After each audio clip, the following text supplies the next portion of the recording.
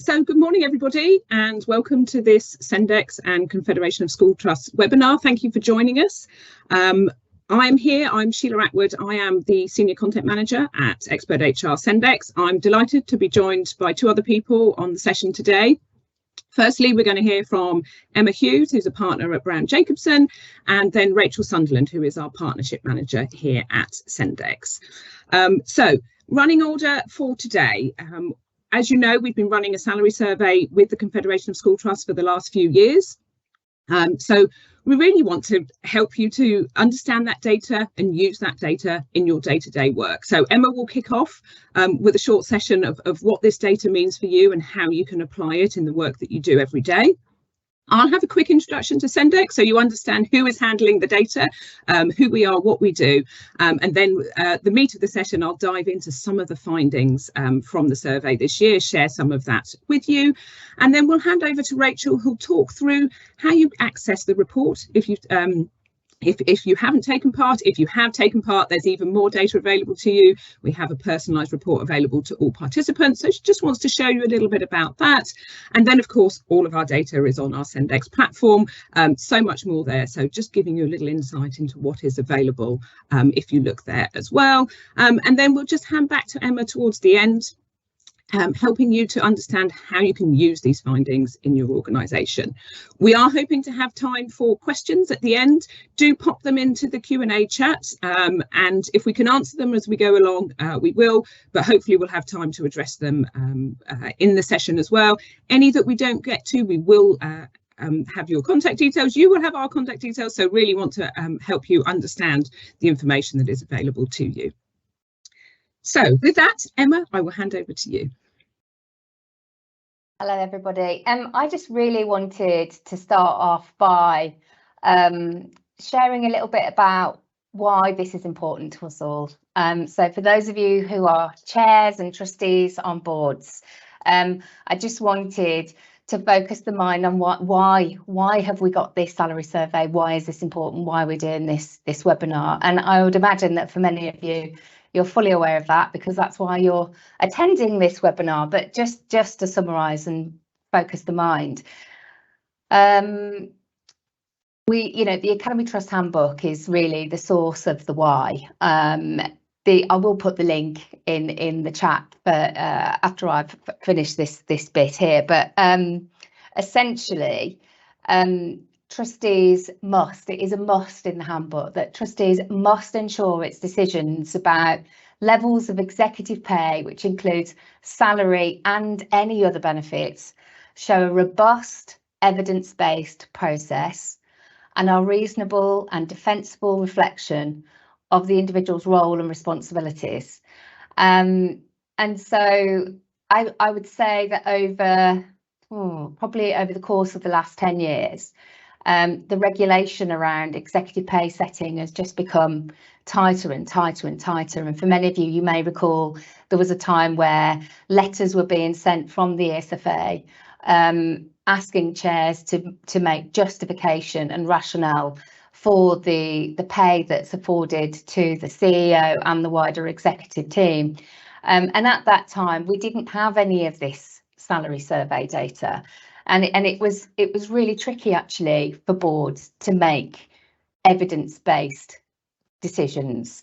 I myself was a chair at the time and found it incredibly difficult. And for me, I was one of the key people in terms of saying I really do need a salary survey. In any other sector, there would be salary survey data that you could rely on. But at that time, we didn't really have anything.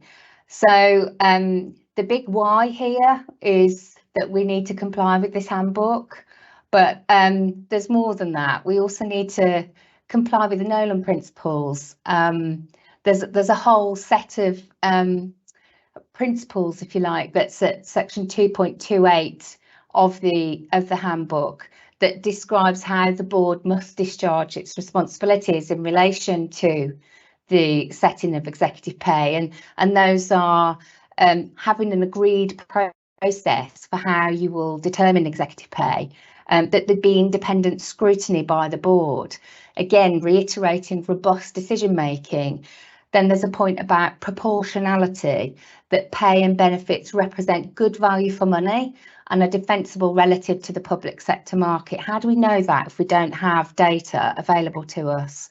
We need to document our decision making with a rationale, and there is a basic presumption that executive pay and benefits shouldn't increase at a faster rate than that of teachers in individual years and over the long term. And there's an understanding that inappropriate pay and benefits can be challenged by the ESFA, particularly in instances of poor financial management of the trust. So it's really, really important that we are doing our best as boards to meet these expectations in the Academy Trust Handbook. And for me, salary data, wherever you may get it from, is an absolute part of doing that. And so today we have our colleagues from Sendex that are going to share with you the salary survey that has been created over the last 3 years, I think now, for our sector, for the schools and academies sector. And I think it's a really important thing that trustees should look at and consider. So back to you. Thanks very much, Emma. That was a really good scene setter and leads nicely into what I'm going to be covering for the next 10 minutes or so. For those of you not familiar with XpertHR and Sendex, I think it's important just to let you know who we are. So XpertHR, we are an online solution for the HR market. We cover the whole range of HR activities, so from legal compliance and HR guidance with tools like policy templates and letter templates and employment law guides, through to practical guidance on leading practice, training, and HR data and benchmarking. Now, Sendex is a part of XpertHR. That is the salary survey business, so a live salary data solution covering all industry sectors across the whole of the UK. Organisations can subscribe to Sendex, and in return they provide their salary data, which is obviously the process that a lot of you have been through.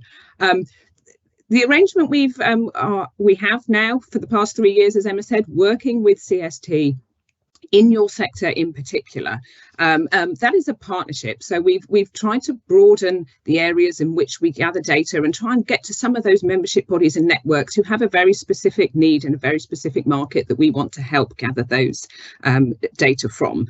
So of course, we have produced a couple of reports. It's impossible to get all of the information into a report, so that is why we've put it onto the Sendex platform as well.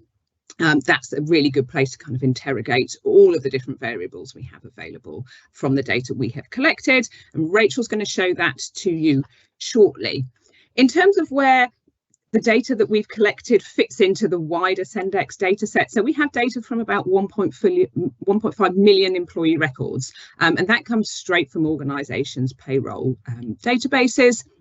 And as you can see, we're constantly updating that data. We're looking at it across all different levels of positions, the types of roles that people are involved in, and the sectors in which they work. So that is collected on an ongoing basis. The important point to point out here is that we validate all of the data that comes in. It has to be robust and reliable for you to make those important decisions based on it. So there is a whole in-house team checking the data, making sure that the information that goes up on to Sendex is as reliable as it can be for you to use it and make those decisions.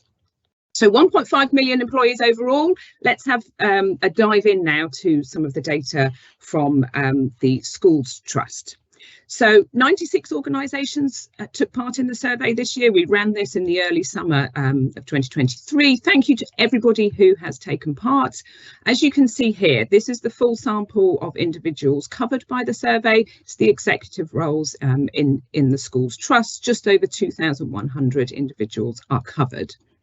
We collected the data at those 6 different levels. I've included the generic Sendex levels there for you. So we categorise levels by a number and a typical job title. What I've also added on there is the sorts of job titles that you might be familiar with in your organisation. Now, as you can expect, there is a document that will help you position your roles and your incumbents into the right level so that you can be sure you're benchmarking like with like. A little bit more in terms of the sample, so that is everybody, but we of course, having just a whole figure for everybody when you come to salary benchmarking isn't what you need. You're going to have to break it down by some different variables. So we also have information against each individual about the number of schools within the trust that they work in. About 40% of the sample have 20 or fewer schools, and just over half have 21 or more. Few organisations didn't provide that information. Of course, that's a good point for me to say all of that information is really key for us to be able to benchmark fully with the data. The number of pupils within the trusts as well, we collect that. Around 30% of the sample had 10,000 or fewer pupils, around half have 5,000 or fewer. Lots didn't provide the information there. Again, a good one to look out for next time. Location, about 40% of the individuals in our survey are based in London, and most of the remainder are elsewhere in the UK, and we also gather the level of educational provision that you provide in your schools. So that's the sample. The interesting part, of course, is the data. Now, as per the report that the summary report that we've produced, we've got data on 2 roles that we've gone into detail on. So I'm going to start with a couple of headline findings for the CEO role. Median salary of 140,000. Now, as you can imagine, that is across the whole population. We've got 103 individuals in 91 organisations. A good starting point when looking at the data, but there's obviously a lot of detail behind that. I've just included upper and lower quartiles here, just to show them the middle 50% of salaries come within quite a wide £40,000 band. So there's lots going on around the median. That's quite a wide band that we're looking at. A couple of other things, there's lots in the report that we can pull out, but if I pull out salary increases, so we have a match sample of individuals from last year to this year, and this £140,000 figure is actually 5% higher than a match sample of individuals had as their median salary last year. Now, that is broadly in line with the public sector. Now, those of you, I'm sure, involved in this are fully aware of the recent years in public sector pay awards, an awful lot of restraint and very low rises over recent years. Just now this year, we're beginning to see those higher increases starting to come through. A little bit behind the private sector, their increases in salary started to kind of ramp up towards the end of last year. Public sector, as kind of the pay settlements have started to come in from April, we're seeing those higher increases come in now. The other thing is that for the CEO level, those salary increases of around 5% are a little lower than our executive population in schools overall. And that is something we've very definitely seen across the private and the public sector, is a focus on higher salary increases for lower paid staff as well. So that's not out of keeping with some of the other patterns we've seen in this area. So that's headline figures. We can move on to having a look at some of the different variables that we are able to cut the data by. So every time you provide information on an individual and you tell us, well, how many pupils are in the organisation that they work in, how many schools are in that trust, we're able then to cut all of the data in that way. For the CEO positions, there is pretty much a broad pattern. So the trusts with the lowest pupil numbers, the CEOs there will have the lowest salaries. The larger trusts with the more pupils will have the higher salaries. And that's the same across where we look at pupil numbers, when we look at number of schools, and also if we look at the number of individuals within your organisation, that pattern broadly stays the same. And if I look at region, as you would expect, salaries in the London region are a little bit higher than those in the rest of the UK. Just a final note on the CEO rates then. We had a quick look at salaries by gender. The gender pay gap here is about 7%. That is actually a little bit lower than we see in the figures that come through the government's gender pay gap reporting numbers. That's at just over 8%. And if I quickly grab my notes, I've made a couple of other notes on how this compares. This is lower than the public sector overall. So according to the figures published in April this year, public sector gender pay gap overall is about 11.2%. And if we just take it by level, so we look at kind of managers, directors, really senior people in organisations, the gender pay gap is about 10.6%. So in the schools trusts, that gender pay gap is a little bit lower than we're seeing elsewhere. So just to complete what I'm going to share with you, the second role that we cover in the report is for the operations director. Now here we've managed to filter the data a little bit. So we've taken individuals who are at level 12, which is a director, and it's those operating in general management. And roughly speaking, that corresponds to an operations director in your roles, your organisations. We have 295 individuals here. You can see there that the difference between the lower and upper quartile more tightly bunched than we saw for the CEO level, so around £24,000 marks the difference between in that middle 50% of salaries, but salary growth a little bit higher. So on that match sample of individuals, we see the median salary up 7.5% compared to last year. Now, for the CEO role, I looked quite closely at the number of pupils and the number of schools and how that affects salaries, and we saw that very graduated increase. As the size increases, the salary increases with it. We don't see quite the same for the operations director. We definitely see a spike at the largest organisations. That's where we recorded the highest salaries. But actually the second highest salaries were those organisations who were just above the smallest. So 2,000 to 5,000 pupils rather than the smallest being those with less than 2,000. Now, one of the reasons we might see that is because of the incumbents that your organisations have. You may not have somebody at every level. And so for some organisations, this role might be slightly bigger and having slightly higher salaries at that level.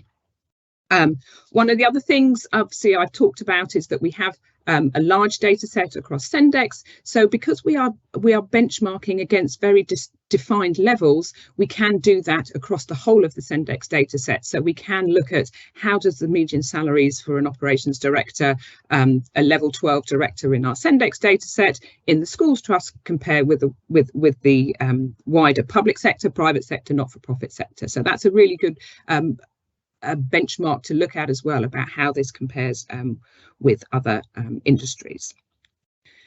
So that brings me to the end of what I wanted to share with you on the data. If you have any questions, do pop them into the Q&A, but I will hand over to Rachel to give you a little bit more detail about the reports that are available to you. Perfect, that's wonderful. Thank you, Sheila. So there are 3 ways that you can access the data, and this depends on the level of detail that you need. Firstly, the summary report is available through the CST website, and this provides highly detailed benchmarking data for CEO and the operational director roles. For those members that participated their data into the survey this year, they can also access a free personalised report that is available through the Sendex portal, and I'll show you how to access that in a moment. Anyone who hasn't participated their data is still welcome to, if you'd like to receive a personalised report. The link to the register Sam is going to put into the chat. If you require further detailed benchmarking data than these 2 reports, as Sheila mentioned, you're welcome to subscribe to the Sendex database, where you're able to access detailed benchmarking data on a role-by-role basis and filter the database not only to the CST members, but to other industries that are relevant to you as well.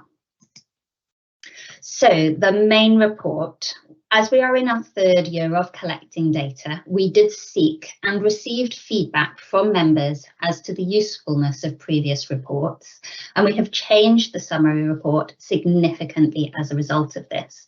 I'd like to thank those who have provided feedback so that we've been able to generate a more suitable report for you. The report, as Sheila has spoken about, goes into detail and benchmarks those two critical roles across the sector, the CEO and the operations director.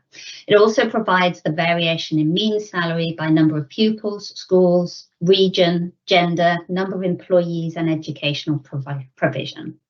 It also provides that variation from the 2022 data set, and you heard from Sheila earlier that there has been some significant change in salaries from 2022, so it is important to keep on top of these. As mentioned, in addition to that main report, we also have produced a personalised report for every trust that has submitted their data. This report provides a breakdown of each role that was submitted and a top-level benchmark against level of seniority for each one.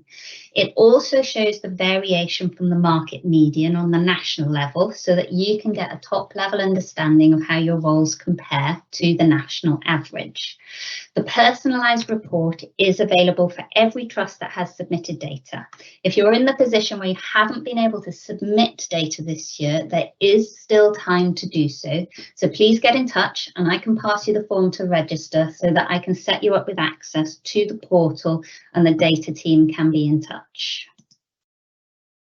So to access the personalised report, head to the Sendex website, which is here, and the My Files area on the left, just here.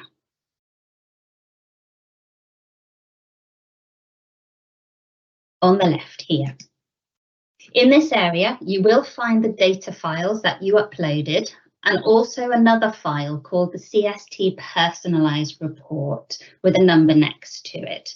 If you click on the report, it will download an Excel file with your results. Now, this is just dummy data, but gives you an indication of the information that is provided. You can see each of the roles submitted here, the CEO, Director of Operations, HR Director, for example. The report benchmarks each of the roles to other roles that are of similar levels of responsibility, giving the basic salary that you submitted, the national salary, and the percentage variation to the national salary. It therefore gives you an indication of how your roles compare to the market. For those of you who need to benchmark your roles in more detail, for example, if you have difficulty recruiting for some roles, or see that your roles vary significantly from those of similar responsibilities, you may want to see how your roles vary against other factors, such as function, trust size, the number of schools, or the region. As you heard earlier from Sheila, these can have a significant effect on the salary. In this case, there is the option to subscribe to Sendex, where you will be able to interrogate the database for each of your roles. So if I go back to Sendex and the home page, and if I head into the Benchmark a Role module, I can search for any particular role. Say if I wanted to have a look at Education Director, I can type that in the search and it will bring up a number of options. So if I click on the Senior Director in that academic leadership function, that takes me to the data for the Education Director role. In here, it gives me the salary table. The basic salary is on the top and the full quartile breakdown. The median is here in this particular case, 113,000 for this role. The mean average is on the right-hand side. And you also have a number of filters across the top. So you can look at different regions across the UK. It lists all the different regions. I'm going to pop one on. I'll pop the London data on, and it will update the data accordingly. You've also got industry, you've got size filters here, so you can look at number of employees, you can look at turnover, and in the other filter, right down the bottom, we've got number of pupils here, and we also have number of schools as well.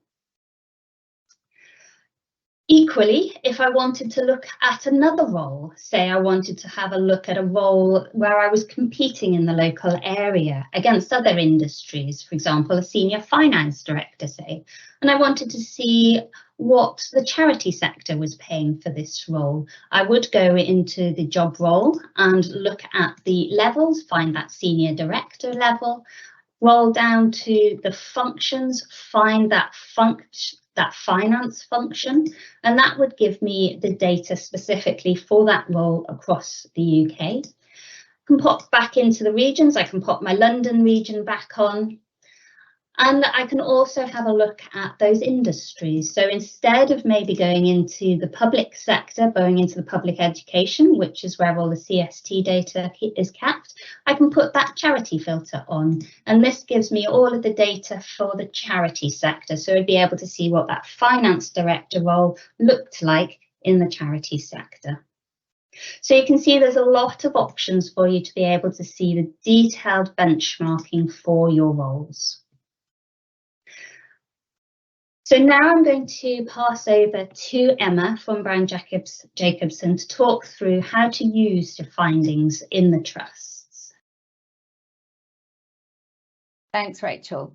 So I think I have a fair amount of experience of using this system to help advise boards that are trying to navigate executive pay. In terms of how you would use it, there's a really good question actually that's been posted in the chat where somebody has said, what about the COO and CFO roles, that the roles differ.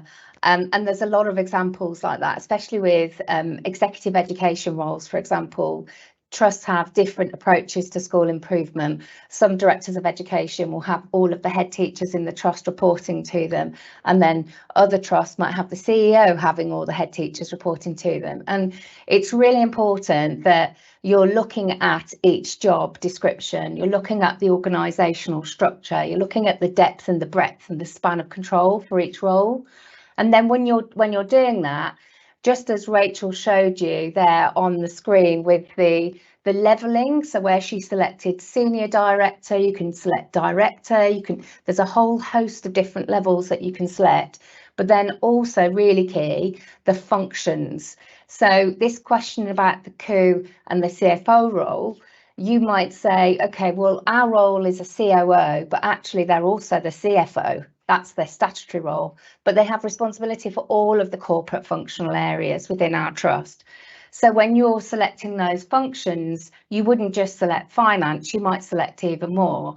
So it gives you the flexibility to be able to more accurately select the function, select the level that suits the role that you're trying to benchmark. And that's what's key.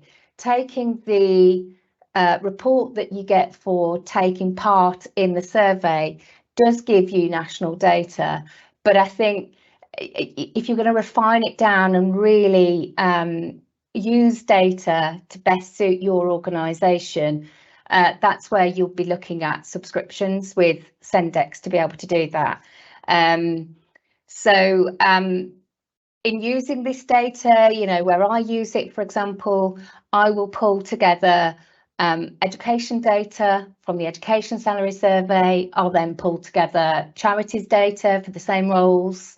I might look at public sector data, and I might also look at the private sector, and I will gather as much information as I can get to then help me determine what might the benchmark be for this role. And it's really important that we remember that it is a benchmark. It's not the answer. That isn't the pay decision. This is the data. It's helping us determine what pay level we should pitch this role at. Are we paying it much higher than the current benchmark, or are we way off? And it's all that sort of information that's going to help you as board trustees to be able to determine what your pay decision should be. And then once you've made that decision, you have all of this data. That's your evidence. That's you being able to demonstrate that you followed a robust decision-making process that is based on evidence.